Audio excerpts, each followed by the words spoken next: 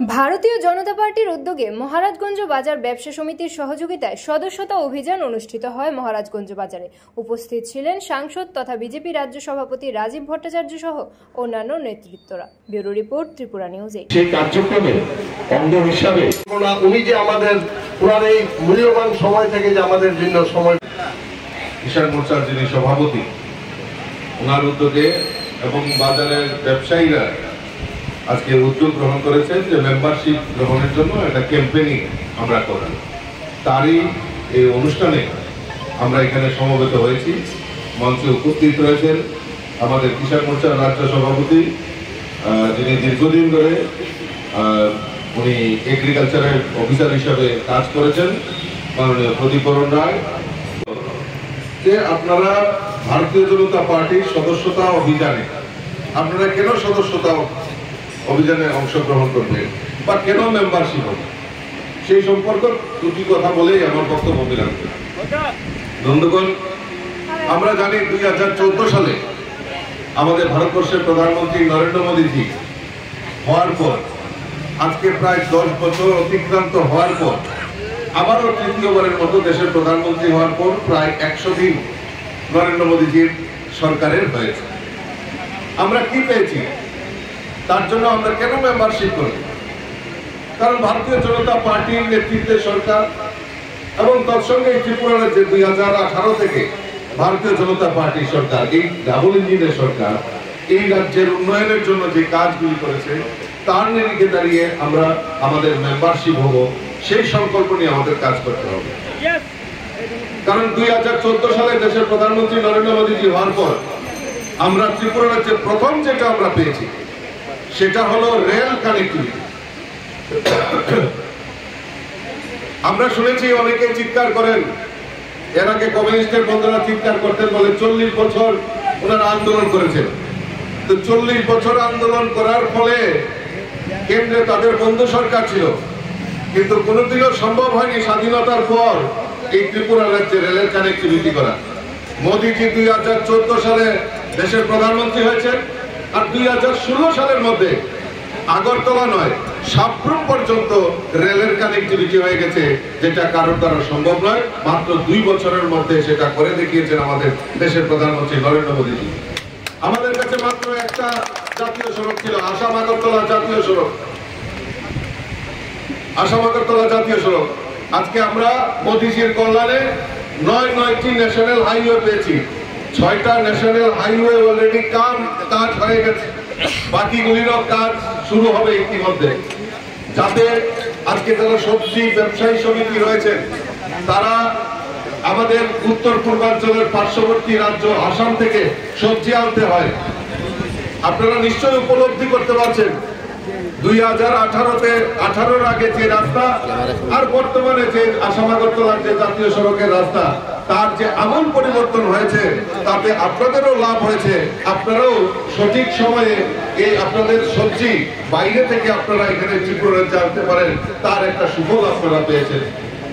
আজকে international airport আমরা কোনোদিনও ভাবতে পারিনি যে আগামী উত্তর পূর্বাঞ্চলের মধ্যে আগরতলা বিমানবন্দর এত সুন্দর বিমানবন্দর হবে। ত্রিপুরা রাজ্যের যে বিমানবন্দর সবচেয়ে বড় এরিয়া নিয়ে, উত্তর পূর্বাঞ্চলের মধ্যে আমরা যদি আসাম, আমরা মেঘালয়, মণিপুর, নাগাল্যান্ড আমরা দেখি, তার থেকে সবচেয়ে বড় এয়ারপোর্ট আমাদের এই আগরতলা বিমানবন্দর ইন্টারন্যাশনাল এয়ারপোর্ট। আজকে আমাদের পরিকাঠামো তৈরি হয়ে গেছে, যে কোনো সময় আজকে আমাদের এই ইন্টারন্যাশনাল এয়ারপোর্ট আমাদের তৈরি হবে, আর তাতে আমাদের এই রাজ্যের ব্যবসা বাণিজ্য থেকে শুরু করে অনেক কিছুর আমূল পরিবর্তন হবে। আমরা রপ্তানি করতে পারবো, আমদানি করতে পারবো এই ইন্টারন্যাশনাল যদি ফ্লাইট যদি চালু হয়। আর সরকার, আমাদের রাজ্যের সরকার এবং কেন্দ্রীয় সরকার সেই ব্যাপারে উদ্যোগ গ্রহণ ইমিডিয়েটলি আমরা জানি, ইতিমধ্যেই তার তোড়জোড় শুরু হয়েছে। আর শুধু আমাদের মোদীজির হরিঝান্ডি দেখিয়ে আমাদের ইন্টারন্যাশনাল এয়ারপোর্টের উদ্বোধন করবে, তার সুফল আমরা পেতে পারি। তার মূল কারণ হচ্ছে আমাদের দেশের যশস্বী প্রধানমন্ত্রী নরেন্দ্র মোদীজি। আজকে গতকালকে আমি এই মেম্বারশিপের অভিযান নিয়ে আমি যাচ্ছিলাম, কুমারঘাটে গিয়েছিলাম আগরতলা থেকে, আর ফিরার পথে আমার সঙ্গে একজন রেলের আধিকারিক উনিও বসেছিলেন। উনি বলছিলেন যে শিলচর আগরতলা রোডে বন্দে ভারত এক্সপ্রেস ইতিমধ্যে শুরুয়াতের জন্য তৈরি হয়ে গেছে, আর কিছুদিনের মধ্যে হয়তো আমরা বন্দে ভারত এক্সপ্রেস আমরা পেয়ে যাবো। তার একমাত্র কারণ হচ্ছে আমাদের নরেন্দ্র মোদী। এই ত্রিপুরা রাজ্যেও ভারতীয় জনতা পার্টির নেতৃত্বে সরকার, আমাদের রাজ্যের মাননীয় মুখ্যমন্ত্রী প্রফেসর ডাক্তার মানিক সাহা মহোদয়, ওনার নেতৃত্বে এই সরকার এই রাজ্যের গরিব মেহনতি মানুষই বলুন, এই রাজ্যের কৃষক বলুন, শ্রমিক বলুন, প্রত্যেকের জন্য কোনো না কোনো পরিকল্পনার মাধ্যমে এই রাজ্যটাকে এক ত্রিপুরা শ্রেষ্ঠ ত্রিপুরা করার জন্য কাজ করছেন। কিছুদিন আগে আপনারা দেখেছেন যে বন্যায়, ভয়াবহ বন্যায়, বিশেষ করে গোমতী, আমাদের সাউথ ত্রিপুরা এবং আগরতলার কিছু অংশ জায়গায় আপনারা দেখেছেন বন্যায় মানুষ ক্ষতিগ্রস্ত হয়েছে। এই ক্ষতিগ্রস্তদের পাশে দাঁড়ানোর জন্য আমাদের রাজ্য সরকার বিভিন্ন পরিকল্পনার মাধ্যমে কৃষক হোক, শ্রমিক হোক, রাস্তাঘাট হোক, বিদ্যুতের ব্যবস্থা হোক, পানীয় জলের ব্যবস্থা হোক, তার দ্রুততার সঙ্গে যাতে পৌঁছে যায় তার ব্যবস্থা, তার জন্য দিন রাত অক্লান্ত পরিশ্রম করছেন। আর শুধু তাই নয়, আজকে রাজ্যের মানুষ একটা পরিবর্তন হয়েছে। আগের রাজ্যের মানুষ একত্রিত হয়ে বিভিন্ন সামাজিক সংগঠন, এনজিও, ক্লাব, তারা গিয়ে মুখ্যমন্ত্রী ত্রাণ তহবিলে যাতে বন্যায় দুস্থদের পাশে দাঁড়ানো যায় তার প্রয়াস করছেন।